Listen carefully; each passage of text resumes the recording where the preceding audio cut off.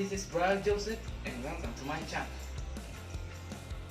Today, I'm going to give you a high-level introductions about computer and its parts and functions. So let me start giving you a definitions of what computer is. A computer is a machine made of devices that enable you to enter data, or what we call the input, process it, the CPU, store it, the memory, and output the result. These are the parts of a computer. Mainly, there are two parts of a computer, the hardware and the software. First, the hardware. Hardware refers to the parts of a computer that you can feel or touch. Example, the printer, monitor, mouse, keyboard, CPU, and the speaker. Software refers to the programs or instructions given to a computer that performs a specific task on a computer, like MS Windows, MS Office, and Adobe Photoshop are examples of software.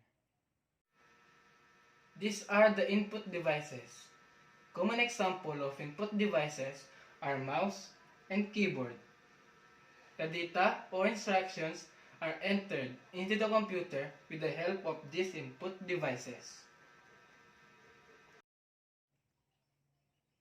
Processing data, performing calculations, or comparing data is called processing. It is the actions that convert data into meaningful informations. Storing data. A large amount of data can be stored on a computer. The data entered into a computer is stored on its hard disk. The hard disk, CD-ROM or DVD-ROM, and flash drives are used to store information permanently. These are the output devices, the monitor, printer, and speaker. The result given by a computer after processing data is called output. The output device play or show the result after input has been processed. Now that you already know that there are so many important parts of a computer, but what exactly do they do? Let's find out.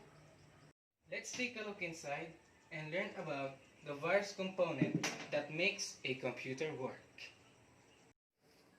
Whether a desktop or a laptop, every computer has a large circuit board named motherboard.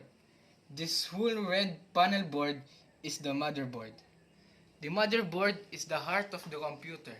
This contains some of the important parts of a computer, such as CPU, also known the Central Processing Unit, or processor.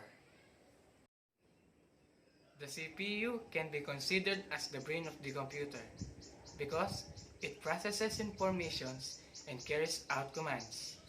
The CPU is located under the system fan. Since it tends to get hot, we have here the system fan, which draws heat away from the processor. The motherboard also contains the computer's RAM, or random access memory. RAM is a primary memory. This is the short-term memory that computer use whenever it performing calculations. However, you cannot store your files there because RAM is cleared when you turn off your computer. These are some of the tools we will use to disassemble some of the parts inside of the system unit. The flat screwdriver and the Phillips screwdriver. The flat screwdriver is used to drive or fasten negative slotted screw, and the Phillips screwdriver is used to drive or fasten positive slotted screw. Now, we will use the Phillips screwdriver to get the hard drive.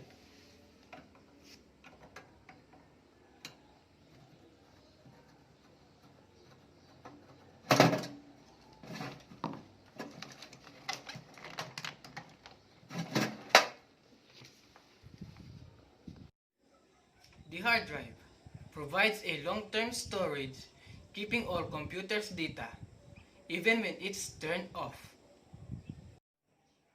On a mini desktop computer, the motherboard has expansion slots that allows you to upgrade by adding an expansion card, like video card, sound card, network card, and so on. The computer also have a graphics card, like USB port, LAN port, and 3.5mm jack for speaker and microphones. You can also see here the optical drive, or what we call the CD or DVD drive. All of these components are usually found within the tower of a desktop computer. Of course, the computer needs electricity to run. The power supply unit is designed to take power from the wall outlet and send it to the different units that needs power.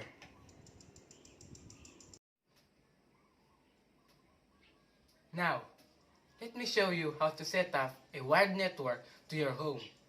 All you need to do is connect your router from the internet, and from there, connect your router to your computer.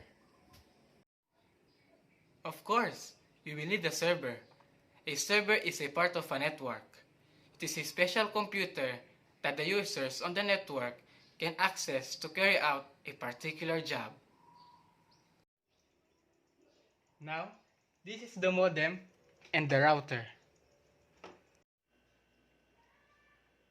If you're using a PC or a desktop, you will need this cable or RJ45.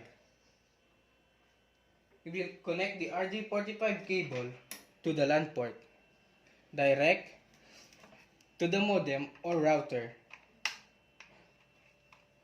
to acquire signal from the network provider.